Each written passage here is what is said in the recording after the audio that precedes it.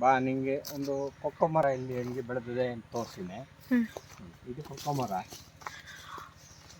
ಇದು ದೊಡ್ಡ ಮರನೂ ಅದೇ, ಇದು ಸಣ್ಣ ಮರನಾ? ಇದು ಸಾಧಾರಣ. ಇದು ನೋಡಿ, ಇದು ಹೂವು, ಇದು ಹೂವು ಎಲ್ಲ ಅದು ಸಣ್ಣ ಸಣ್ಣ ಇದು ಇದ್ದದ್ದು ಅಲ್ಲೆಲ್ಲ ಹೂವು ಆಗ್ತಾ ಇದ್ದದೆ, ಕಾಯಿ ಆಗ್ತಾ ಇದ್ದದೆ ನೋಡಿ. ಇದೆಲ್ಲ ಹೂವು, ಇದು ಇಲ್ಲಿ ಹಾಕು ಅಲ್ಲಿ ಹಾಕು ಅಂತ ಏನಿಲ್ಲ.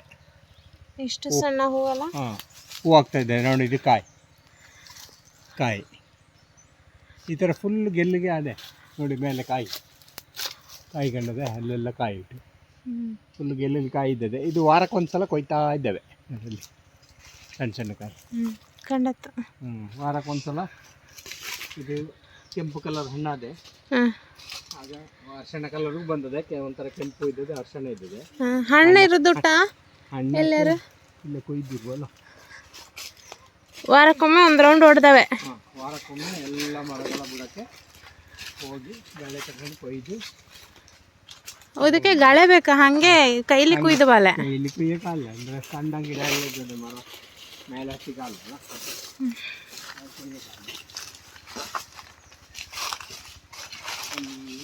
ಅದು ಅದಕ್ಕೆ ಬೇರೆ ಜಾಗ ಬೇಕಿಲ್ಲ, ಎಲ್ಲ ಗಿಡಗಳ ಮಧ್ಯೆ ಹಾಕಬೇಕು. ಅದಕ್ಕೆ ಒಳ್ಳೆ ಮೆಣಸು ಇರ್ತದೆ ನೋಡಿಲ್ಲ, ಫುಲ್ ಹೂವು ಕಾಯಿ ಬರ್ತಾ ಇದ್ದದೆ. ಸುಮಾರು ಹಿಡ್ತದಲ್ಲ.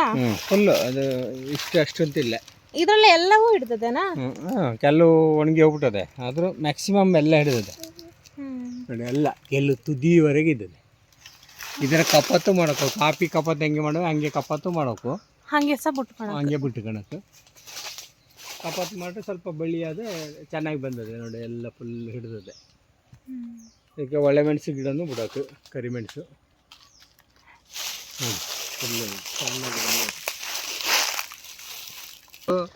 ಗಿಡ. ಒಂದು ಸಣ್ಣ ಗಿಡನ ನಟ್ಟು ಒಂದು 3 ವರ್ಷ ಕಾಯಿ ಹಾಕೋದೆ. 3 ವರ್ಷ ಆದಮೇಲೆ ಮೆಲ್ಲೆ ಫಸಲಿಗೆ ಬಂದದೆ. ಅದು ಫಸ್ಟ್ ವರ್ಷ ಅಷ್ಟು ಚೆನ್ನಾಗಿರ್ದಿಲ್ಲ, ಮತ್ತೆ ಹೋಗ್ತಾ ಹೋಗ್ತಾ ಚೆನ್ನಾಗಿ ಕಾಯಿ ಬಿಟ್ಟದೆ, ಹಿಂಗೆ ಬಿಡ್ತಾ ಹೋದೆ. ಫುಲ್ಲು ಗಿಡ ಫುಲ್ಲು ಬಿಟ್ಟದೆ, ನೀರೆಲ್ಲ ಇದು ಚೆನ್ನಾಗಿದ್ದರೆ ಗಿಡ ಫುಲ್ಲು ಬಿಟ್ಟದೆ. ಇದರ ಮಧ್ಯೆ ಬೇರೆ ನಿಮಗೆ ಕೃಷಿಗಳ ಮಾಡಿಕೊಳಕ್ಕೆ ಇದು ಹೀಗೆ ಅವು ಇದು ಹಾಕೊಳ್ಳೋ ಚೋಳಿ ಹಣ್ಣೆಲ್ಲ ಹಾಕೊಳ್ಳೋ, ಮತ್ತು ಕಾಫಿ ಇಟ್ಟು, ಒಳ್ಳೆ ಮೆಣಸು ಇಟ್ಟು, ಕಾಫಿ ಗಿಡ, ಇದು ಕಾಫಿ ಗಿಡ, ಒಳ್ಳೆ ಮೆಣಸು. ಈ ಕೊಕ್ಕೋ ಎಂತಕ್ಕೆ ಯೂಸ್ ಮಾಡ್ತೇವೆ ಪಾಪ? ಕೊಕ್ಕೋ ಇದು ಚಾಕ್ಲೇಟ್ ಮಾಡುವೆ, ಮತ್ತು ಇದರಿಂದ ಕೊಕ್ಕೋ ಜ್ಯೂಸ್ ಮಾಡುವೆ ಅಲ್ಲ ಫ್ಯಾಕ್ಟ್ರಿಗೆ, ಅದಕ್ಕೂ ಹೋದೆ. ಆಮೇಲೆ ಇದರ ಸಿಪ್ಪೆ ಬಂದು ಒಲೆಗೂ ಹಾಕಕ್ಕೆ, ಬೆಂಕಿಗೆ, ಗುಡ್ಡಕ್ಕೆ ಬೆಂಕಿಗೆ ಹಾಕಕ್ಕೆ. ಅದೇ ಹೆಂಗೆ ಚಾಕ್ಲೇಟ್ ಮಾಡ್ತು? ಚಾಕ್ಲೇಟ್ ಅದರ ಬೀಜ ತೆಗಿಬೇಕು. ಹಣ್ಣಾದರೆ ಅದರ ಮಧ್ಯದಿಂದ ಕಟ್ ಮಾಡಿಬಿಟ್ಟು 2 ಸೈಡಿಗೆ ಅದೊಂದು ಕೋಲಿಂದ ಒಂದು ಕಡ್ಡಿಲಿ ಹಿಂಗೆ ತಿರುಗಿಸಿದ್ರೆ ಎಲ್ಲ ಫುಲ್ಲು ಬಂದದೆ. ಅದರ ಮಧ್ಯದಲ್ಲಿ ಒಂದು ಗೂಂಜಿ ಟೈಪ್ ಇದ್ದದೆ, ಅದನ್ನು ತೆಗೆದರೆ ಅದು ಹಣ್ಣಾಗಿದ್ದರೆ ಎಲ್ಲ ಉದುರ್ಸಕ್ಕೆ, ಹಿಂಗೆ ಎಳೆದ್ರೆ ಎಲ್ಲ ಉದುರಿ ಬಂದದೆ. ಅದು ಒಳ್ಳೆ ಇದು ಹಲಸಿನ ಹಣ್ಣು ಗೂಂಜಿಗೆ ಬಂದದಲ್ಲ, ಆ ಟೈಪಲ್ಲೇ ಇದ್ದದೆ. ಅದೇ ಕೊಕ್ಕನ ಮಧ್ಯದಲ್ಲೇ ಕಟ್ ಮಾಡಿದ್ರೆ ಅದರ ಹಣ್ಣು ಒಳ್ಳೆ ಇದರಂಗಿದ್ದದೆ, ಒಂದು ಹಲಸಿನ ತೊಳೆನಂಗಿದ್ದದೆ.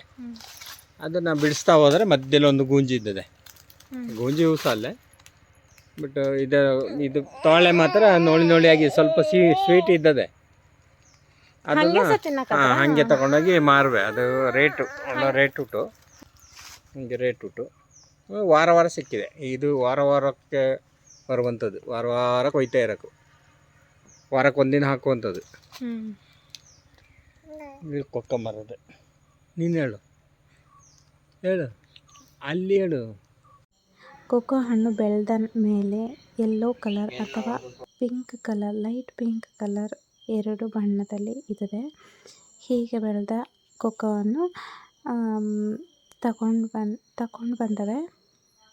ಬಂದು ಅದರ ಒಳಗೆ ಈ ಥರ ಕತ್ತಿಯಲ್ಲಿ ಸ್ವಲ್ಪ ಗಟ್ಟಿ ಇದ್ದದೆ, ಕೈಯಲ್ಲಿ ಮುರಿಯೋಕ್ಕೆ ಆಗಲ್ಲ. ಅದಕ್ಕೋಸ್ಕರ ಕತ್ತಿಯಲ್ಲಿ ಅದನ್ನು 2 ಭಾಗ ಮಾಡಿ ತೆಗೆದು ನೋಡ್ಕನ ಒಳಗೆ ಕೊಕ್ಕೋ ಬೀಜ ಇರ್ತದೆ. ಇದು ಮೇಲೆದೆ ಅಂತ ಯೂಸ್ ಇಲ್ಲ, ಒಳಗೆ ಬೀಜ ಮಾತ್ರ ನಾವು ಒಣಗಿಸಿ ಅದನ್ನು ಚಾಕ್ಲೇಟ್ ಮಾಡಿಕೆ ಯೂಸ್ ಮಾಡ್ತು. ಇಲ್ಲಿ ನೋಡಿ ಪಾಪ ಅದು ತಿಂದು ಕೂಡ ತೋರಿಸ್ತಾಳೋ ಹೆಂಗಿದೆ ಅಂತ. ತಿಂಬಕ್ಕೆ ಬಹಳ ಸಿಹಿಯಾಗಿ ರುಚಿಯಾಗಿದೆ. ಕೂಸು ಕೂಡ ಇಲ್ಲಿ ತಿಂತಾಟು. ಪಾಪುಗೆ ನಮ್ಮ ಭಾಷೆಯಲ್ಲಿ ಕೂಸು ಅಂತ ಹೇಳ್ದು. ನನ್ನ ಕೂಸು ಇದೆ ಫಸ್ಟ್ ಟೈಮ್ ಕೊಕ್ಕೋನ ಟೇಸ್ಟ್ ಮಾಡ್ತಾಯಿದ್ದು. ನಾವು ಇಲ್ಲಿ ಬೀಜ ಬೇರೆ ತೊಪ್ಪೆ ಬೇರೆ ಮಾಡಿ ಅಂಗಡಿಗೆ ಸೇಲ್ ಮಾಡಿಬಿಟ್ಟವೆ. ನಾವು ಕಂಪ್ಲೀಟ್ ಚಾಕ್ಲೇಟ್ ಪ್ರೋಸೆಸ್ನ ಮನೇಲಿ ಮಾಡಲೆ. ಬೇಕಾದ್ರೆ ಈ ಥರ ಚೆಂದ ತೊಳೆದು ಚೆಂದ ಒಣಗಿಸಿ ಅದನ್ನು ಡ್ರೈ ಫ್ರೈ ಮಾಡಿ ಪೌಡರ್ ಮಾಡಿದ್ರೆ ಕೊಕ್ಕೋ ಪೌಡರ್ ರೆಡಿ ಆದೆ. ಇಲ್ಲಿ ನೋಡಿ ಪಪ್ಪ ಅದರ ಒಳಗೆ ಹೇಗೆ ಕಂಡದೆ ಅಂತ ತೋರಿಸ್ತಾಳೋ, ಪಿಂಕ್ ಆಗಿಬಿಟ್ಟು ಅದೇ ಬೀಜಗಳ ಒಣಗಿಸಿ ಕೊಕ್ಕೋ ಪೌಡರ್ ಮಾಡ್ದು. ಇದು ಚಾಕ್ಲೇಟ್ ಡೈರಿ ಮಿಲ್ಕ್ ಚಾಕ್ಲೇಟ್ಗಳೆಲ್ಲ ಹೀಗೆ ರೆಡಿ ಆದವು.